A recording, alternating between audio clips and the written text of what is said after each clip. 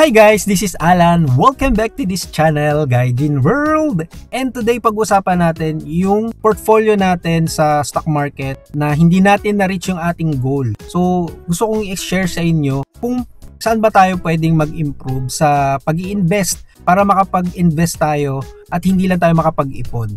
Kasi ang nangyayari nga, 'di ba guys, yung ating mga kinikita kung tayo ay nagtatrabaho, parang sapat na sapat lang 'yan sa pang-araw-araw na gastusin, 'di ba? Araw-araw na gastusin. Paano ka pa makakapag-invest? Yun yung pag-uusapan natin sa video na to, kaya panoorin ninyo. Ano ba yung magagawa natin para ma-reach natin yung goal natin, 'di ba? Kasi every month sa pinapakita ko sa inyo sa aking Excel file or spreadsheet na meron tayong monthly na tinatry na i-reach na goal, 'di ba? Let's say nagse-set tayo ng amount na tingin natin na feasible naman. Let's say 6% from the time na ikaw ay nag-invest. Kumbaga 6% yung itataas nung original na investment mo. So, tinatry ko yung i-track from day 1, let's say from March 1 to March 29. So, kung isipin mo 6%, medyo maliit yun. Pero, mahirap siyang i-achieve, guys. Mahirap siyang i-achieve lalo na kung yun yung ano ko, no? Yun yung aking tingin doon. So papakita ko sa inyo paano ko nag-update. As you can see here, yung PSEI ay nagsara ng 6,903.53. Oops, medyo nalakihan ko yan. So nagsara ang PSEI sa 6,903.53. Okay? So, tingnan natin yung trend ng PSEI. So ayun pa rin medyo sideways pa din talaga ang trend ng PSEI. So hindi talaga natin pa masabi kung, although nakikita naman natin yung slight downtrend niya, 'di ba? Yung slight downtrend dito, makikita natin diyan sa linya na 'yan. Dito sa mga candlesticks. And prominent naman yung dami ng red candlesticks dito, no? So dun mo rin mababase kung ano ba ang trend ng yung mga susunod na araw. Kasi tignan mo naman kung gaano kadami din yung mga candlesticks na namumula. Pero nandun pa rin siya sa level ng 6,900. Hindi lang niya talaga ma-push pa or ma-break yung 7,000 level. Yan. Kung makikita nyo dito, ang baba, diba? Bumaba sa buong araw na nag-trading, pababa, pa-downtrend ang PSEI. Okay, so kinukuha natin yung value ng ating portfolio. At the end of the day, chine-check natin kung magkano yung portfolio natin, yung equity. So, natapos siya ng 482,000. Yan. Natapos siya ng 482,000. Hindi siya match. Kung ibabase natin yan dito, hindi na kulang tayo ng 6% para ma-reach natin yung ating goal na ito yung nasa goal natin 513,000 sana yung goal natin for the end of March. Pero kapos tayo ng 30,751 pesos. So, ang nag-start yung ating March trading ng 484,000, 484,511. So, ano ba yung mga pwede nating gawin? Kasi everyday tinatrack natin yan, no? Gaya nga ng sinabi ko kanina, everyday tinatrack natin yung daily activity natin sa Call Financial. Although hindi ako everyday talaga nagtitrade, hinahayaan ko lang din kasi long term naman ako. Hindi talaga ako daily trader. Paano natin mapapataas or ma-maintain or ma-reach yung ating goal na sinet sa end of the month? Kasi kailangan hati-hatiin natin yung goal natin para mas reachable siya, 'di ba? So paano nga natin ma-reach yung forecast natin or yung goal natin versus doon sa actual na amount na ininvest natin from day 1. So maganda niyan guys, magkaroon kayo ng tracker katulad nito, ginagawa ko. Simple tracker lang siya para at least, 'di ba, makita ninyo yung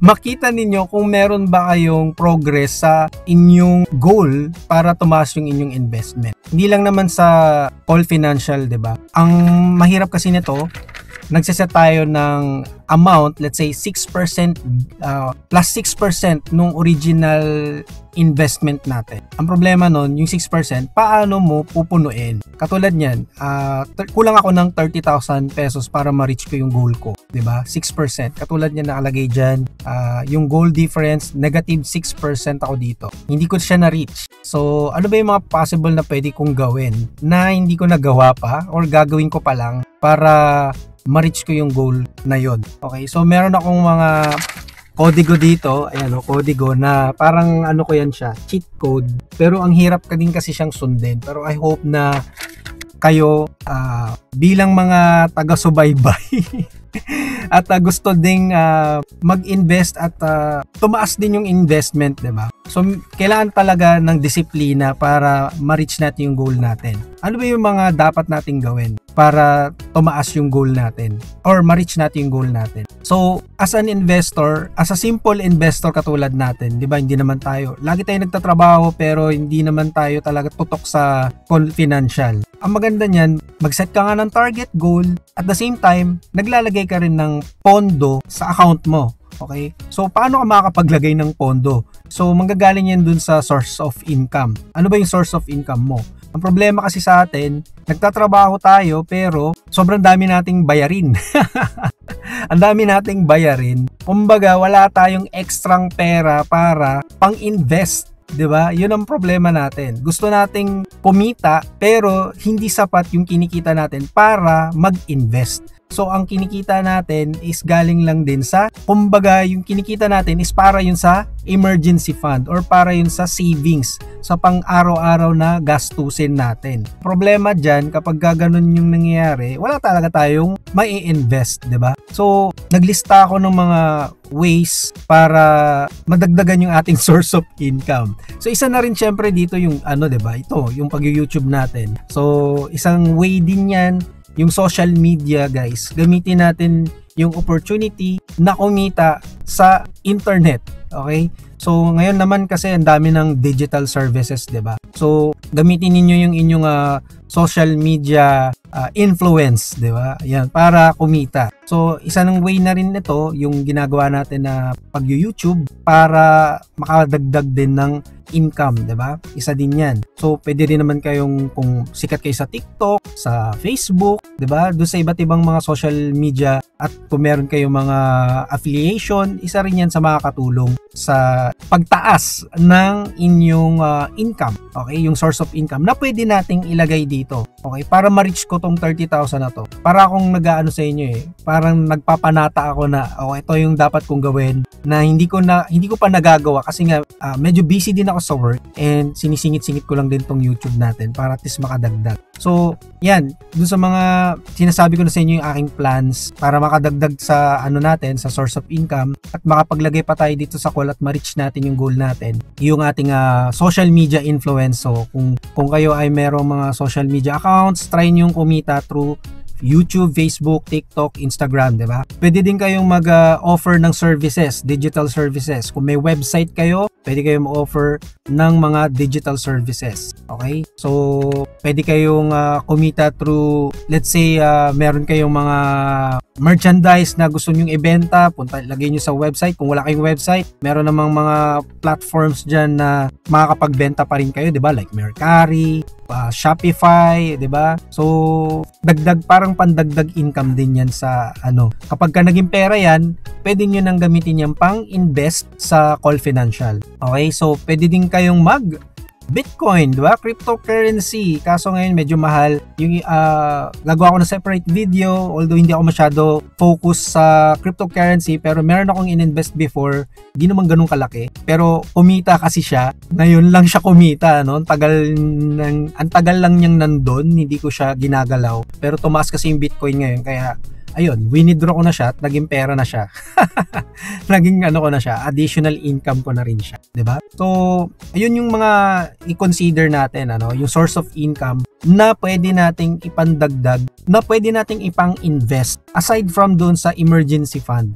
Wag yun yung isa din sa rule ko sa buhay ko na wag gagalawin ang emergency fund na hindi ko rin masunod, 'di ba? Kasi nababawasan ko siya. Sobrang mahal kasi ng mga bilihin dito guys sa Japan, and syempre kahit sabihin natin na meron tayong full-time work, meron tayong trabaho, kailangan pa rin nating mag double effort para hindi lang yung kinikita natin pang emergency fund, makakapag-invest pa tayo. Ayan, sinasabi ko sa inyo yung mga pwede ninyong pagkuhanan ng income para makapag-add sa inyong investment. Diba? Pwede kayong mag-invest sa stock market. Ito katulad ng ginagawa ko. Pwede kayong mag-invest sa cryptocurrency, sa forex, and pwede kayong, investment yun. So, para naman dun sa mga gustong magkaroon ng income, 'di ba? Marami namang ways. Sa online lang marami pang ways. Pwede kayong mag-offer ng services ninyo, digital services like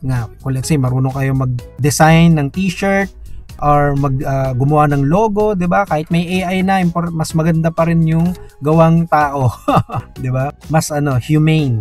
So yan guys, hindi perfect itong ating video pero magandang topic ito na gusto kong gawin every once in a while para nare-remind din ako na ito yung mga kailangan kong gawin para ma-reach ko yung aking goal. So mahilig kasi akong mag-plan. Yan ang trabaho ko guys, planner.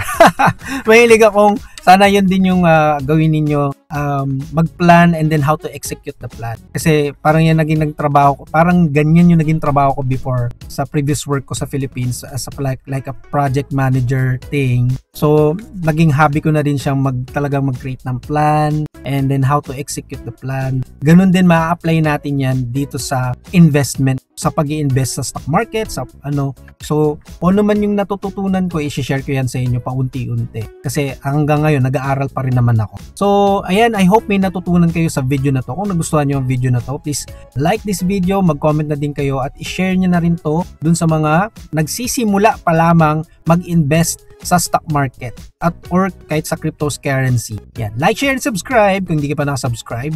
Mag-subscribe ka na at hit mo yung notification bell para lagi kang updated sa aming mga susunod pang i-upload ng mga videos at sa iba pa mga topics namin related sa pamumuhay dito sa Japan. Puntahan nyo aming YouTube homepage, i-click nyo yung playlist dahil marami kaming playlist dito na makakatulong sa inyong pamumuhay dito sa Japan. Thank you so much again for watching. This is Alan and I will see you on our next video.